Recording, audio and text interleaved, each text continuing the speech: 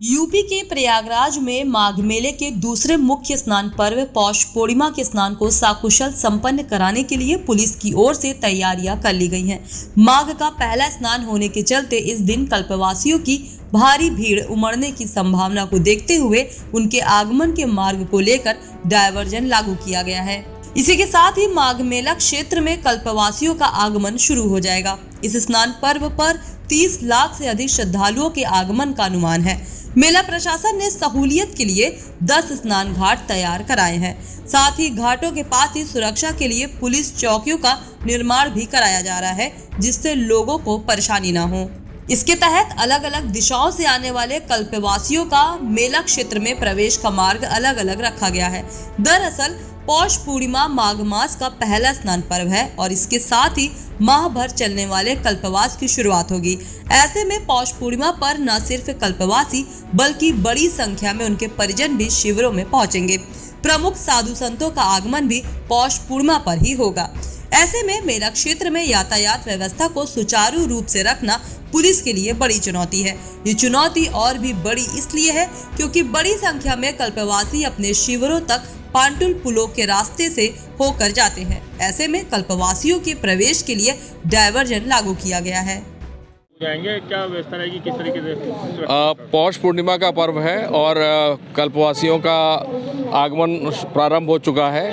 एक traffic advisory के माध्यम से हमने सभी कल्पवासियों के लिए एक एडवाइजरी निर्गत की है, जिसके माध्यम से अवगत कराया गया है कि कल्पवासी किस प्रकार से किन मार्गों से होकर अपने पंडाल, अपने कल्पवास स्थल, अपने शिविरों तक पहुंच सकेंगे।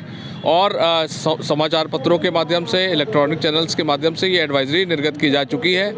ये सारे कल्पवासियों के सुरक्षा के व्यापक बंदोबस्त किए गए हैं। जो हमारे 14 थाने और 41 पुलिस चौकियाँ क्रियाशील हैं, इनके माध्यम से पिकेट और गश्त की व्यवस्थाएँ सुनिश्चित की जा रही हैं, पेट्रोलिंग की जा रही है। पब्लिक एड्रेस सिस्टम के माध्यम से हम लोग कल्पवासियों को उनके आने और जाने के मार्गों के बारे में बता रहे हैं और सारी व्यवस्थाएं लगातार अच्छे ढंग से सुचारू रूप से चल रही हैं। पौष पूर्णिमा का दूसरा मुख्य स्नान है, किस तरीके से सुरक्षा व्यवस्था रहेगी? इस पौष पूर्णिमा को पर्व को देखते हुए पूरे माघ मेले क्षेत्र में हमारे जो CCTV कैमरे हैं वो लगातार क्रियाशील हैं। जो कमांड कंट्रोल सेंटर है वहाँ पर बड़ी संख्या में पुलिसकर्मी नियुक्त किए गए हैं, जो लगातार 24/7 पूरे माघ मेले क्षेत्र के चप्पे चप्पे पे नज़र रख रहे हैं। ड्रोन कैमरों का भी हम लोग इस्तेमाल कर रहे हैं। ATS के commandos, bomb disposal squads, AS check teams, LIU की टीम्स, सादे वस्त्रों में duty, anti crime duty, anti Romeo squads, ये लगातार सक्रिय हैं। बड़ी संख्या में महिला पुलिस कर्मियों का व्यवस्थापन भी माघ मेले क्षेत्र में किया गया है। खोया पाया केंद्र जो है वो क्रियाशील कर दिए गए हैं। इस प्रकार सारी व्यवस्थाएं सुनिश्चित की गई हैं। पूरे माघ मेले में कल्पवासियों को सुरक्षित स्नान देने के लिए, सारे स्नानार्थियों को सुरक्षित स्नान देने के दृष्टिकोण से जल में भी व्यापक बंदोबस्त कर लिए गए हैं। Deep water barricading, river line, ये और जाल का व्यवस्थापन जल में किया गया है। एक फ्लोटिंग पुलिस चौकी भी जल में बना दी गई है।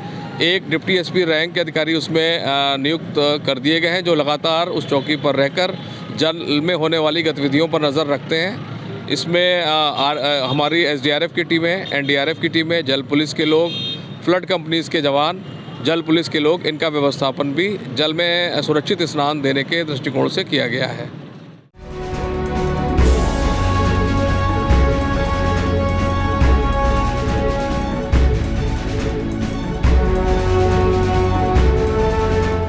इस चैनल को देखने के लिए लाइक करें, सब्सक्राइब करें और बेल आइकन दबाना ना भूलें।